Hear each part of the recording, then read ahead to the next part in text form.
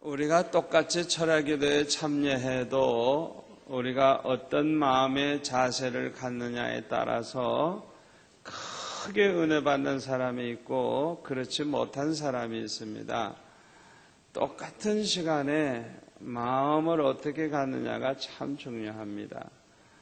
31년 전에 우리 교회 개척 시작할 때 저는 어떤 각오를 가지고 어떤 마음의 자세를 가지고 철야기도를 시작했느냐 하면 내가 죽어도 한다. 혼자라도 한다. 그런 마음 가지고 시작했어요. 그러니까 시작할 때부터 뭐 숫자가 얼마가 오든지 말든지 상관없어요. 나 혼자라도 할 거고 죽어도 한다. 이게 죽어도 한다. 이미 결판은 난 거예요. 마귀가 이미 손들었어요. 아멘. 그래서 저는 처음에 시작할 때 뭐 숫자가 얼마나 왔느냐 그거 신경 쓸 필요도 없어요. 왜? 나 혼자라도 할 테니까. 혼자라도 할 테니까. 그래서 처음에는 아주 온 밤을 했죠. 새벽 예배 인도할 때까지. 얼마나 힘들어요. 그러나 그때 31년 전이니까 지금도 젊었는데 얼마나 젊었겠어요.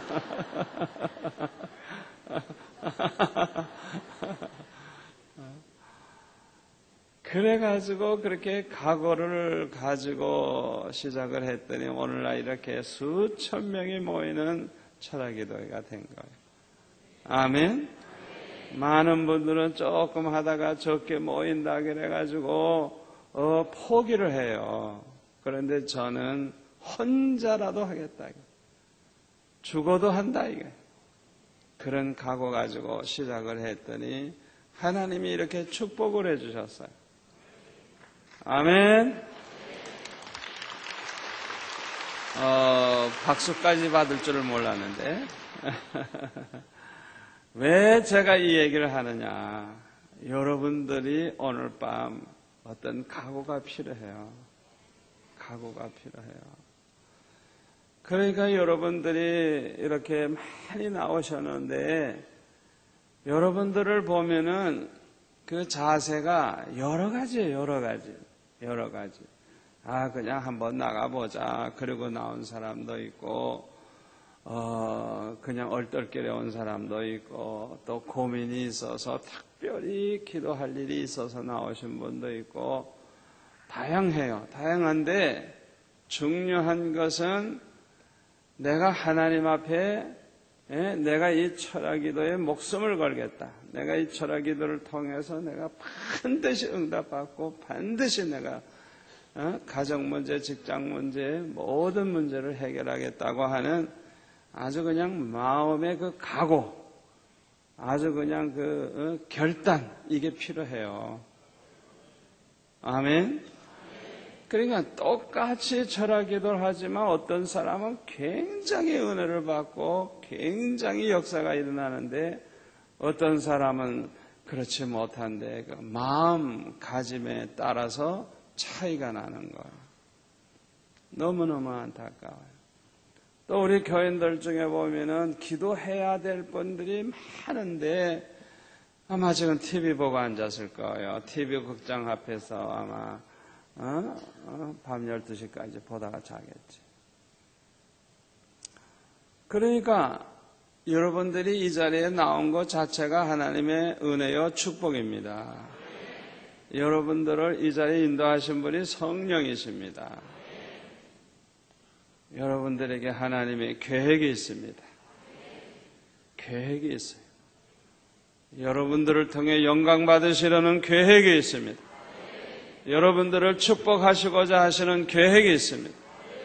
여러분들을 들어 쓰시고자 하시는 계획이 있습니다.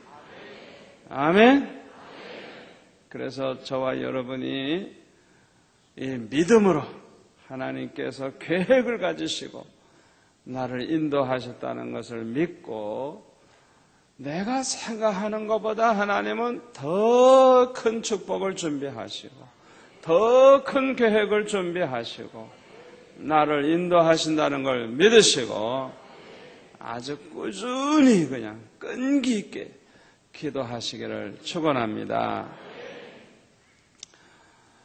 누구나 예수를 믿게 되면 구원받고 하나님의 자녀가 됩니다. 그런데 예수 믿게 되는 것 자체가 성령의 도우심으로 되는 것입니다. 그러니까 예수 믿게 되는 것 자체가 내 의지와 내 생각과 내 결단으로 되는 게 아니라 일종의 성령의 역사입니다. 성령이 내 마음을 움직이셔서 예수를 믿게 만드시는 것입니다. 그렇기 때문에 고린도전서 12장 3절에 보면 성령으로 아니하고는 아무라도 예수를 주시라 할 자가 없느니라. 아멘. 성령으로 말미암지 않고는 아무도 예수님을 나의 주로 고백할 수가 없다는 것입니다. 마태복음 16장 16절에 보면은 베드로가 고백하기를 주는 그리스도시요 살아계신 하나님의 아들이시라고 그렇게 믿음을 고백했을 때 예수님이 말씀하시기를 바요나 시몬아 내가 복이 있도다. 이를 내게 알게 하니는 혈육이 아니요 하늘에 계신 내 아버지시니라. 아멘. 베드로가 예수를 믿는 믿음이 있었어요. 주는 그리스도시요 살아계신 하나님의 아들이시라고 그런 믿음을 가지고 고백을 했어요. 이것을 너에게 알게 하니는 혈육이 아니라는 거예요. 사람 통해서 뭐 알게 되는 게 아니라는 거예요. 이것을 알게 하신 분은 하늘에 계신 우리 아버지 하나님이시라는 거예요. 아멘. 요한복음 1장 9절에 보면은 요한복음 1장 9절에 보면 이런 말씀이 있어요. 참빛고 세상에 와서 각 사람에게 비치는 빛이 있었나니 그가 세상에 계셨으며 세상은 그로 말미암아 지은 바 되었으되 세상이 그를 알지 못하였고 자기 땅에 오매 자기 백성이 영접지 아니하였으나 영접하는 자 곧 그 이름을 믿는 자들에게는 하나님의 자녀가 되는 권세를 주셨으니 이는 혈통으로나 육정으로나 사람의 뜻으로 나지 아니하고 오직 하나님께로서 난 자들이니라. 아멘. 예수님을 영접하는 사람은 하나님께로서 난 자라고요. 중생한 사람들이에요. 성령으로 말미암아 하나님의 자녀가 됐다는 거예요. 처음에는 육신적으로 육신의 어머니로부터 우리가 태어났지만은 성령으로 말미암아 하나님으로 말미암아 우리가 하나님의 이렇게 자녀가 된 거, 하나님께로서 난 자. 두 번째로는 하나님께로서 난 자, 중생, 거듭난 것이죠. 두 번 태어난 것이죠. 두 번째로. 이거는 성령으로 된 것인데 이렇게 하나님을 믿는 사람은 하나님의 자녀로 이제 거듭나게 된 것입니다. 그리고 예수님을 영접한 자 안에는 하나님의 성령이 영원히 함께 하십니다. 요한복음 14장 16절 다른 보혜사를 너에게 주사 영원토록 너희와 함께 있게 하시리니 17절 끝에 보면 저는 너희와 함께 거하심이요 또 너희 속에 계시겠습니다. 할렐루야. 여러분 안에 보혜사 성령님이 계십니다. 영원히 함께 계십니다. 아멘. 그러므로 오늘 본문 말씀대로 우리의 몸은 하나님의 성령이 거하시는 하나님의 성전인 것입니다. 그래서 고린도전서 6장 18절에 보면은 이렇게 말씀하고 있습니다. 음행을 피하라. 사람이 범하는 죄마다 몸 밖에 있거니와 음행하는 자는 자기 몸에게 죄를 범하느니라. 너의 몸은 너희가 하나님께로부터 받은 바 너희 가운데 계신 성령의 전인 줄 알지 못하느냐? 너희는 너희 것이 아니라 값으로 산 것이 되었으니 그런즉 너희 몸으로 하나님께 영광을 돌리라. 아멘. 우리는 죄로 말미암아 죽어 멸망할 수밖에 없는 몸이에요. 그런데 예수님의 피로 값주고 우리를 사셨어요. 그리고 우리 안에는 성령이 계세요. 그러니까 우리의 몸은 하나님께로부터 받은 것인데 우리 가운데 성령이 계심으로 우리의 몸이 성령의 전이라는 거예요. 할렐루야. 그래서 우리의 이 몸으로 하나님께 영광을 돌려야 된다고 말씀하고 있는 것입니다. 그런데 하나님의 성령은 거룩하신 분입니다. 그러므로 우리는 항상 거룩한 삶을 살아야 되는 것입니다. 그렇지 않고 우리가 죄 가운데 살아서 거룩을 잃어버리면 머리 깎인 삼손이 되는 거예요. 여러분, 삼손을 생각해 보세요. 그렇게 힘이 강하고 그렇게 크게 쓰임받던 삼손이 머리를 깎이우니까 완전히 힘을 잃어버리는 거예요.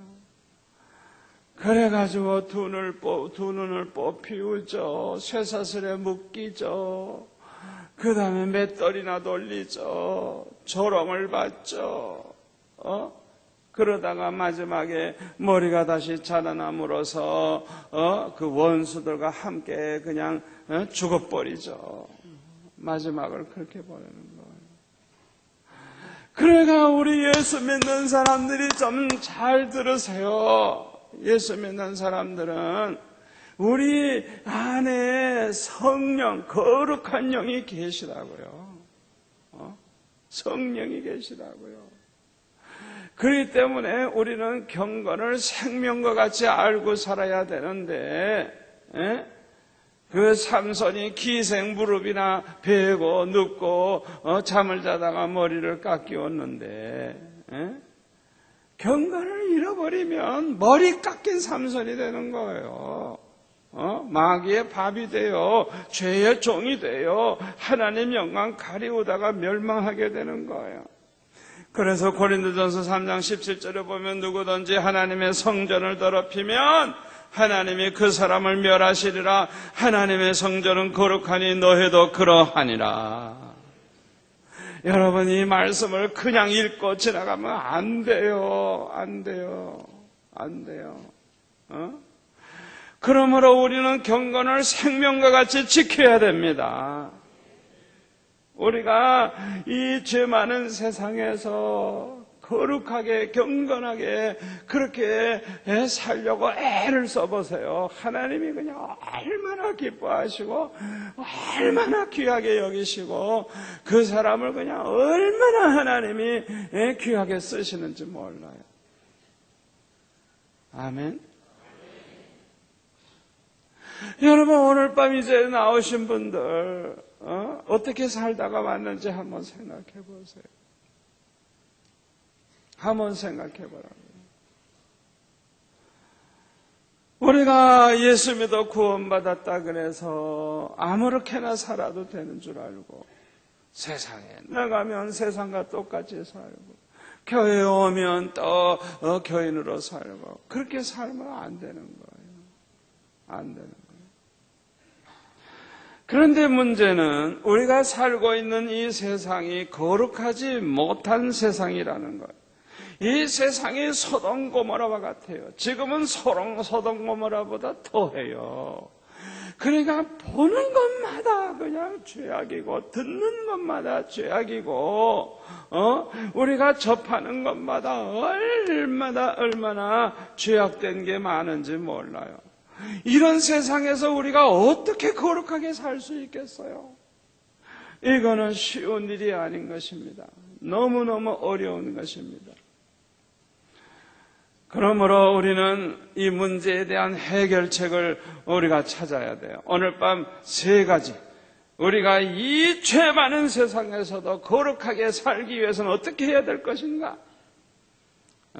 경건을 생명과 같이 여기고 거룩하게 사는 길이 어디에 있는가? 3가지로 말씀을 드리려고 그래요. 첫째로 교회 생활에 성공하시기를 바랍니다.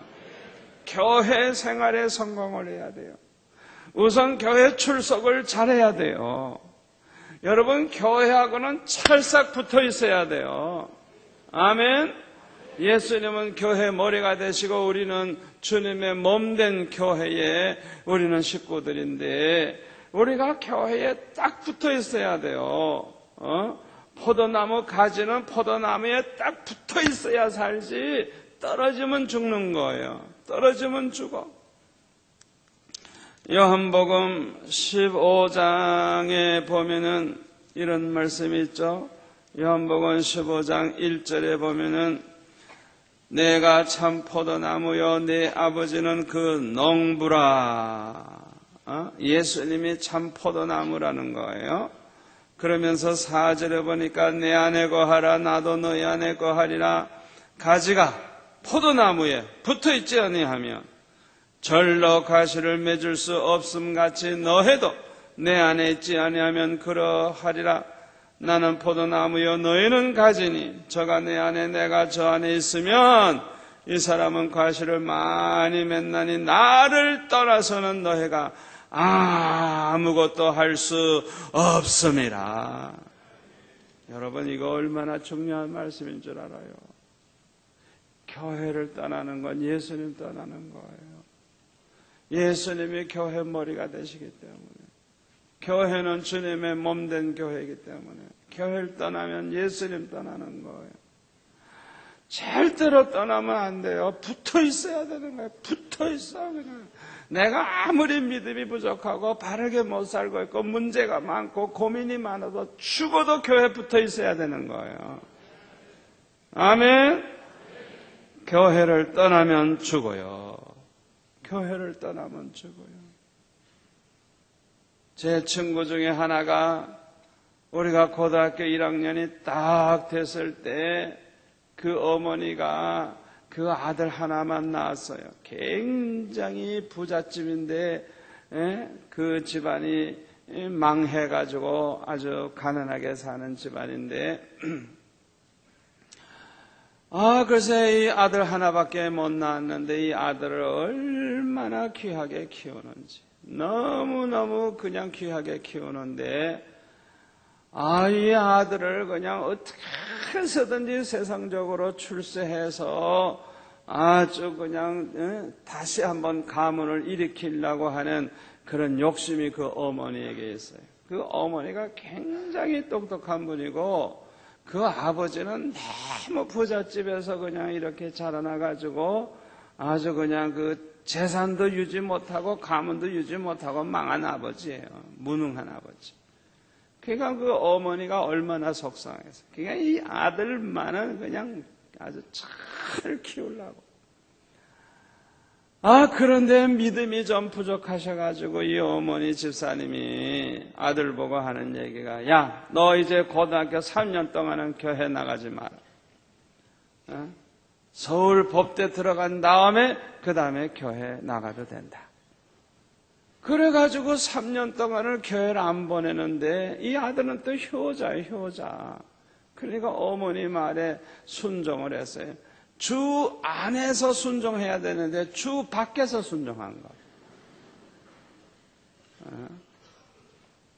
주 안에서 순종하는 게 효도인데 주 밖에서 순종했어요. 그래서 어머니 말 듣고 교회를 안 나오기 시작해요. 3년 동안 주일날마다 학원에 가서 공부하고 도서실에 가서 공부하고 그냥 공부만 하는데 뭐 얼마나 열심히 공부하는지. 하여튼 집에 놀러 가보면 이 천장에도 외울 걸 다 써붙이고 벽에도 써붙이고 그냥 전학계나 달달달달달달 외우고 그냥 얼마나 3년 동안 열심히 공부했는지. 그런데 막상 시험 칠 때가 되니까 멍해지는 거 있죠. 사람 죽이는 거예요. 여러분 그거 아주 진짜 어떻게 해요? 멍해지는데 그렇게 공부를 잘하고 그렇게 공부를 완벽하게 해서 자기는 뭐 서울대 톱으로 들어갈 정도로 공부해놨는데 갑자기 시험 치고지거나 멍해지는데 어떻게 멍해지는데 그래가지고 삼수를 해도 떨어졌어. 절대 주권은 하나님의 손에 있습니다. 절대 주권은 하나님의 손에 있습니다. 하나님 앞에 겸손해야 돼요. 겸손해야 돼요. 하나님 의지해야 돼요.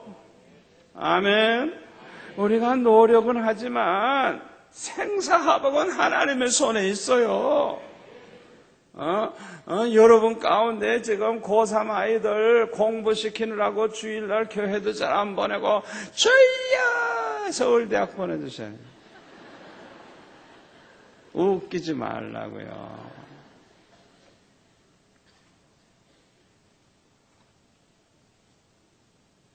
우상이야 우상. 공부하는 게 우상. 여러분 우리나라에서 인류대학 가봤자예요. 가봤자 취직도 잘 안 돼요. 생각 잘해보라고요. 중요한 것은 하나님의 축복을 받아야지. 하나님의 축복을 받아야지. 우리나라에서 어느 대학 나온다고 보장해주게 어디 있어요 우리나라에서. 나라가 지금 망하느냐 흥하느냐 야단법석인데.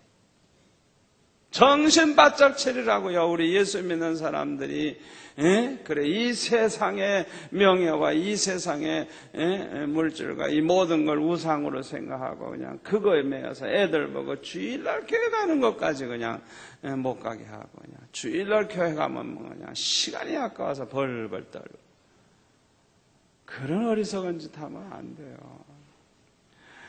여러분 아이들이 교회 나가서 은혜 받고 성령 충만하면요 명철해져요. 내가 성령 충만 받아보니까 머리가 얼마나 맑아지는지 그냥 내 머리를 내가 어렸을 때 생각해보니까 그냥 유리알 비치듯이 그냥 아주 선명하게 그냥 얼마나 머리가 맑아지고 공부가 잘 되는지. 그러니까 선생님한테 그냥 공부할 때 한번 들으면 끝난 거야. 그냥 다 아는데 뭐 실수만 안 하면 다 100점인데 뭐. 그러니까 그냥 그 입시 공부해야 될 때도 저는 부흥회 찾아다녀. 부흥회 어디 부흥회 한다면 부흥회 가가지고 막 철학 기도도 하고. 그러고도 1등, 2등 했다고요. 은혜 받으니까. 그냥 기도 생활 많이 하고 은혜 받고 열심히 전도하고 그럴 때 얼마나 하나님 머리를 명철하게 하시는지.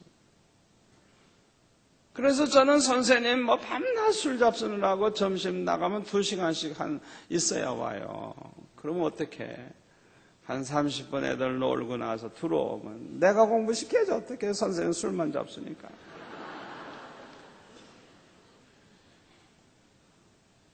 그래서 우리 반 애들은 나 때문에 수지 맞았어요. 수지 맞았어. 그래가지고 그냥 그 아이들 중에 예수 믿게 된 아이들도 많고. 저는 어렸을 때 결심한 것 중에 하나가 뭐냐? 교회는 절대 안 빠지겠다. 예배는 절대 안 빠지겠다. 하루에 3번씩 교회 가서 기도하는 결심을 했으니 교회 빠질 수가 있나? 뭐 적어도 하루에 3번은 교회 가는데. 이 결심은 생각해 보니까 성령으로 말미암아 결심하게 된 거예요. 누가 나한테 그런 얘기 해준 거 아무것도 없어. 누가 그렇게 해봐라 얘기한 분도 없어요. 왜? 그렇게 사는 사람도 난 못 봤으니까. 하루에 3번씩 교회 나와 기도하는 사람을 내가 못 봤으니까. 여러분 꼭 명심하세요. 이 죄 많은 세상에서 거룩하게 사는 해결책 중에 첫째가 교회 생활에 성공하는 건데 우선 교회 출석을 아주 100% 하시기를 바랍니다. 교회를 열심히 나오셔야 돼요. 그 다음에는요, 예배를 충실히 드리시기를 바랍니다. 이 예배 시간이 얼마나 중요한 시간인지 모릅니다. 우리가 하나님 앞에서 해드릴 수 있는 것 가운데 하나님을 제일 기쁘시게 하는 시간이 하나님께 예배하는 시간이라는 걸 꼭 명심하시기를 바랍니다. 그렇기 때문에 차량 봉사하고 안내하고 수금위원하고 하는 거 다 좋지만은 그것도 다 좋지만은 하나님을 위해서 내가 하나님을 섬김에 있어서 대접해드림에 있어서 제일 하나님이 중요하게 귀하게 받으시는 게 예배예요. 예배. 그러니까 예배에 실패하면 다 실패하는 거예요. 예배 소홀히 하고 다른 봉사만 많이 하면 그 사람은 신앙이 죽어버려요. 나중엔 믿음이 다 그냥 약해져가지고 나중에 보면 삐지고 섭섭병에 걸리고 그냥 알아주지 않는다 그러고 이상하게 돌아갑니다. 그러니까 하나님과 나와의 관계가 제일 중요한 것인데 하나님께 이 예배하는 시간, 이 시간은 아주 그냥 정말 정성을 다해서 찬양을 해도 하나님께 찬양하는 것이고 기도를 해도 하나님께 기도하는 것이고 아멘. 설교를 들어도 하나님의 말씀하신다고 생각하고 듣고 이 예배가 그냥 살아있어야 되고 예배가 은혜 충만한 예배가 돼야 되는 거예요. 그러니까 이 예배를 아주 충실하게 드리면 예배 드릴 때마다 은혜 받고 예배 드릴 때마다 믿음이 자라나고 예배 드릴 때마다 하나님이 기뻐하시고 축복하시는 사람으로 자라나게 된다는 걸 믿으시기를 바랍니다. 그렇기 때문에 봉사하시는 분들은요, 우리 교회 보니까 일부 예배 많이 나오시는데 하루 종일 봉사하시는 분들 보니까 그 일부 예배 내가 보니까 제일 뜨거워. 그냥 아멘 소리도 제일 크고 인원수는 적지만은 얼마나 내가 설교할 때 흐뭇한지 몰라요. 일부 예배 때 찬양대원도 보면 연세 많은 분들도 많은데 아멘 소리 제일 크고 정말 일부 예배 나와 찬양대원 하시는 분은 진짜 봉사하시는 분들, 그분은 진짜 그거 얼마나 힘든 시간이에요. 힘든 시간이에요. 일부 예배 나오려면 새벽 예배부터 나와서 연습해야 된다고요. 그러니까 이건 보통 정성이 아니에요. 아주 정말 칭찬할 만해요. 내가 볼 때. 그런데 그 시간에 보면은 온종일 봉사하는 교역자들과 아주 일꾼들이 앉아서 이렇게 보면. 그러니까 온종일 봉사하느라고 예배 제대로 못 드릴 거 뻔하잖아요. 그러니까 일부 예배 나와가지고 아주 정성껏 예배 드리고 하루 종일 봉사하는 거. 이야, 참 대단한 분들이에요. 대단한. 그리고 제가 예배 인도하다가 보면 어떤 분은요, 예배를 한 번만 드리질 않아. 한 번 드려서 안 차니까 두 번 드리고 내 눈이 그렇게 밝아요. 저 사람 지금 두 번째 앉았네. 한 번 가지고 마음에 안 차는 거야. 그래가지고 어떤 분은 그냥 남자도 있고 여자도 있고 내가 벌써 잡아놨거든. 저거 벌써 두 번째 예배 드리는구나. 세 번. 대단한 분들이에요. 대단한 그 자세, 예배 드리는 자세가 그 사모하는 자세, 그 얼굴에 기쁨이 있고, 그러니까 그 예배의 맛을 아는 거, 그냥 말씀을 얼마나 사모하고 그런 분들이 있어요. 교회 생활을 성공적으로 해야 되는데 이 성도의 교제도 잘 이루어져야 되고 또 봉사도 잘 해야 되고 또 전도도 열심히 해야 돼요. 그래서 교회를 부흥시키고 이 세상을 그리스도의 나라로 만들어야 됩니다. 이것이 우리의 목표입니다. 이를 위해서는 우리가 교회 중심의 삶을 살아야 돼요. 아멘?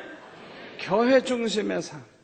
교회 생활이 살아야 내 신앙이 살고, 교회 생활에 성공해야 내 신앙 성공하고, 하여튼 교회 생활 잘 해야 이 더러운 세상, 죄 많은 세상을 거룩하게 살 수가 있는 거예요. 이 교회 생활에 성공하도록. 그래서 나 때문에 우리 교회가 부흥되고, 나 때문에 이 나라가, 이 땅이 그리스도의 나라가 되게 하는 이런 목표를 가지고 살아가는 여러분들 다 되시기를 축원합니다. 두 번째로는 기도 생활에 성공해야 합니다. 기도 생활에 성공하는 사람들은 항상 성령 충만한 은혜 가운데 사는 거예요. 기도 생활에 성공해서 우리의 몸을 거룩하게 지켜야 하는 것입니다. 고린도전서 3장 15절부터 보면은 이런 말씀이 있어요. 고린도전서 3장 15절에 보면은 누구든지 공력이 불타면 해를 받으리니 그러나 자기는 구원을 얻되 불 가운데서 얻은 것 같으리라. 너희가 하나님의 성전인 것과 하나님의 성령이 너희 안에 거하시는 것을 알지 못하느냐? 누구든지 하나님의 성전을 더럽히면 하나님이 그 사람을 멸하시리라. 하나님의 성전은 거룩하니 너희도 그러하니라. 우리의 몸을 거룩하게 지켜야 된다는 거예요. 아멘. 6장 18절 조금 전에 읽었습니다만은 너무너무 중요하기 때문에 한 번 더 읽겠습니다. 음행을 피하라. 사람이 범하는 죄마다 몸밖에 있거니와 음행하는 자는 자기 몸에게 죄를 범하니라. 너희 몸은 너희가 하나님께로부터 받은 바 너희 가운데 계신 성령의 전인 줄 알지 못하느냐? 너희는 너희 것이 아니라 값으로 산 것이 되었으니 그런즉 너희 몸으로 하나님께 영광을 돌리라. 우리의 이 몸뚱아리는 가장 무서운 영적 전쟁터입니다. 우리의 몸을 성령이 주장하는 몸이 되느냐, 아니면 우리의 몸을 죄가 주장하느냐, 아주 그냥 항상 우리의 이 몸뚱아리, 우리는 이 안에서 전쟁이 벌어지는 거예요. 교회 안에는 세 종류의 사람이 있습니다. 중생치 못한 교인이 있어요. 이 사람은 죄의 종이에요. 항상 죄 가운데 살아요. 두 번째로는 중생은 했지만 젖먹이신 자가 있어요. 이 사람은 왔다 갔다 그래요. 주님 편에 섰다가 세상 편에 섰다가 왔다 갔다 해요. 밤낮. 그 다음에 세 번째로는 신령한 자, 성령이 주장하는 사람이에요. 이렇게 세 종류의 사람이 있어요. 교회에서 직분을 받고 충성 봉사하는 것은 공력을 쌓는 것인데, 교회를 부흥시키고 세상을 그리스도의 나라로 만드는 일에 시간 들이고 물질 들이고 목숨까지 드리는 사람은 장차 하나님 나라에서 면류관을 받게 될 줄 믿습니다. 그런데 고린도전서 3장 12절에 보니까 고린도전서 3장 12절 너무너무 중요한 말씀이에요. 만일 누구든지 금이나 은이나 보석이나 나무나 풀이나 지푸로 이 터 위에 세우면 각각 공력이 나타날 터인데 그날이 공력을 밝히리니 이는 불로 나타내고 그 불이 각 사람의 공력이 어떠한 것을 시험할 것임이니라. 만일 누구든지 그 위에 세운 공력이 그대로 있으면 상을 받고 누구든지 공력이 불타면 해를 받으리니 그러나 자기는 구원을 얻되 불 가운데서 얻은 것 같으리라. 여러분, 우리의 공력을 밝히는 날이 온다는 것입니다. 내가 겉으로 볼 때는 집사, 장로, 권사로서 충성을 하고, 겉으로 볼 때는 목사, 전도사로 충성을 하고, 주님을 위해서 사는 거, 이거 다 공력의 공력. 장차 하나님 앞에 가서 상 받을 일이에요. 그런데 이 공력이 테스트를 받게 된다는 거예요. 이게 가짜인지 진짜인지. 공력을 시험하는 날이 온다는 거예요. 공력을 시험하는 날. 불같은 시험을 치르게 된다는 거예요. 그래서 이 불같은 시험을 당했는데 변함이 없어. 그 시험을 겪으면서도 그대로 공력을 쌓아가는 이 사람은 상을 받을 사람이고, 한번 불같은 시험 당한 다음에는 다 없어져 버렸어. 그렇게 충성하던 사람이 그냥 영 틀어져 버렸어. 어떤 사람은 타락하기도 하고, 어떤 사람은 삐지기도 하고, 어떤 사람은 뭐 그냥 그래가지고 달라져 버렸어요. 이 사람은 아주 그냥 부끄러운 구원을 받게 된다는 거예요. 이 불같은 시험이 무엇일까? 환난 핍박일 수도 있어요. 환난 핍박 당하면 견디다 못해 예수 안 믿겠다고 떠나는 사람도 있죠. 또 유혹, 어떤 유혹을 받아서 범죄케 되는 거, 이거 큰 시험이죠. 또 이단에게 미혹되는 거, 이거 대단한 시험입니다. 또 교회의 시기와 분쟁으로 인해서 교회가 혼란에 빠졌을 때 이 믿음이 부족한 사람들은 이제 마음에 상처도 있고 똑같은 행동을 하다가 결국에는 아주 열심도 사라지고 믿음도 사라지는 그런 사람이 있죠. 아무튼 이런 불같은 시험이 왔을 때 우리가 흔들리지 아니해야 될 줄 믿습니다. 어떤 시험이 와도 반석위에 세운 집과 같이 흔들림이 없는 저와 여러분이 되시기를 축원합니다. 이 세상에는 완전한 사람은 없습니다. 그러므로 누구나 범죄하게 되기가 쉬워요. 다윗과 같이 기도 많이 하고, 다윗과 같이 은혜 받고, 다윗과 같이 기름 부음 받고, 다윗과 같이 훌륭한 사람도 어느 날 눈 관리를 잘못해가지고 대낮에 뻘거벗은 여자를 보고 있다가 음욕이 생겼어요. 마음에 음욕을 품기만 해도 이미 간음하였느니라. 왜 예수님이 그렇게 말씀하세요? 결국에는 마음에 음욕이 생김으로 간음을 하게 되고, 또 그 죄를 덮으려고 하다가 안 되니까 남편을 죽여버리죠. 그러니까 자기 책임 있으니까 그 여자를 또 데려다 살죠. 세상에 이렇게까지 깊이 죄악에 빠질 줄 누가 알았겠어요. 꼭 수렁에 빠진 것 같아요. 처음에는 발목만 빠졌어요. 조금 허우적거리다 보니까 무릎까지 빠졌어. 그러다 보니까 허벅지 다 빠졌어. 배가 빠져서 가슴까지 빠져서 허우적거리다 보니까 머리까지 다 쏙 들어가고. 그거와 같아 그냥. 얼마나 이 다윗이 범죄하는 걸 보면 안타까운지. 다윗과 같은 사람도 범죄하는 걸 보면 이 세상에 완전한 사람 하나도 없어요. 겸손해야 돼요. 아멘? 잘난 척하면 안 돼요. 이 세상에 완전한 사람 하나도 없어요. 그래서 우리 성도들도 범죄하기가 쉬워요. 그러나 성령으로 거듭난 성도는 반드시 회개가 있습니다. 아멘. 다윗이 얼마나 회개를 철저히 했는지 몰라요. 베드로도 마찬가지예요. 주님을 3번 부인한 이후에 통곡하며 회개했어요. 거듭난 성도들이 왜 망하지 않느냐? 거듭난 성도들은 왜 반드시 구원받느냐? 회개가 있기 때문에 그런 거예요. 그 사람이 거듭난 자라고 하는 증거가 무엇으로 나타나느냐? 회개가 있어요. 회개가 있어요. 세상에 죄 안 범하는 사람 어디 있어요? 그런데 거듭난 사람은 회개의 눈물이 있는 거예요. 아멘? 그냥 회개가 있다고 하는 게 얼마나 이게 축복인지 몰라요. 회개가 축복이에요. 회개하는 자에게는 회개의 열매가 나타나는데, 첫째 열매가 뭐냐? 거룩의 열매예요.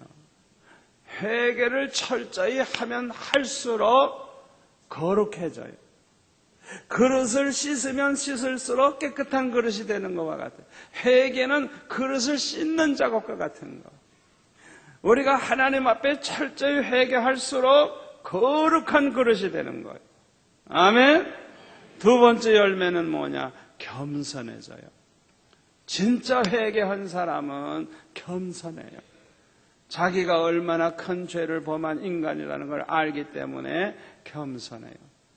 그래서 겸손하지 못한 사람들은 특징이 뭐냐? 회개를 제대로 안 하고 사는 사람들. 하나님은 겸손한 자에게 은혜를 주시고 교만한 자는 대적하시고 교만한 자를 미워하시고 교만한 자를 물리치신다고 성경에 말씀하고 있어요. 교만하면 망하는 거예요. 그런데 우리가 주의해야 할 것은 철저한 회개를 해야 된다는 것입니다. 철저한 회개. 철저한 회개가 뭐냐? 성령의 선물을 받을 때까지 회개해야 되는 거예요. 그래야 그 사람은 회개를 아주 철저히 한 사람이에요. 회개하다가 성령을 선물로 받는 거예요. 아멘. 여러분 이거 꼭 명심하시기를 바랍니다. 너무너무 중요한 거예요. 사도행전 2장 38절에 회개하고 죄사함을 받으면 성령을 선물로 주신다고 분명히 말씀하고 있어요.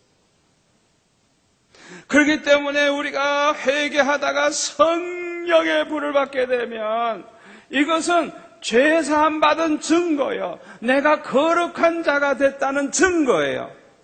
신령한 자가 됐다는 증거입니다. 아멘.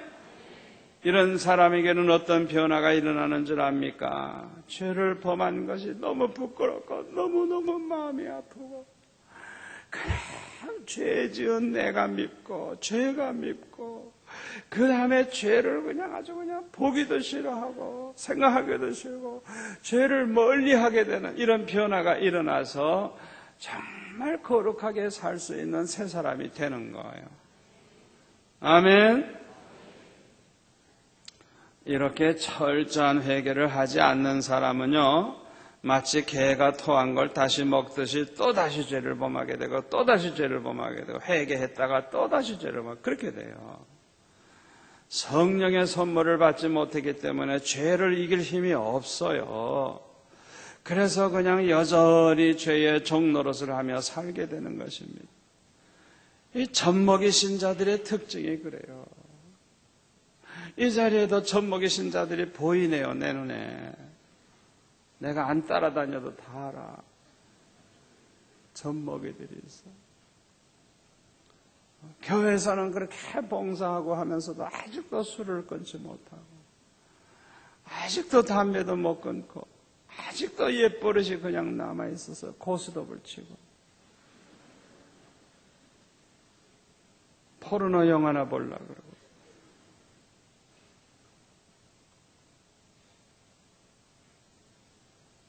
젖먹이 신자. 교회 안에는 이런 사람들이 많아요. 집사님들 중에, 장로님들 중에, 심지어는 목사님들 중에도 있어요. 여러분, 직분과 상관이 없어요. 직분과 상관이 없어요. 마귀는요, 뭐 직분 보고 겁내는 줄 압니까? 직분과 전혀 상관이 없어요. 목사님이라고 다 거룩한 줄 압니까? 천만의 말씀이에요. 해결책이 뭐냐?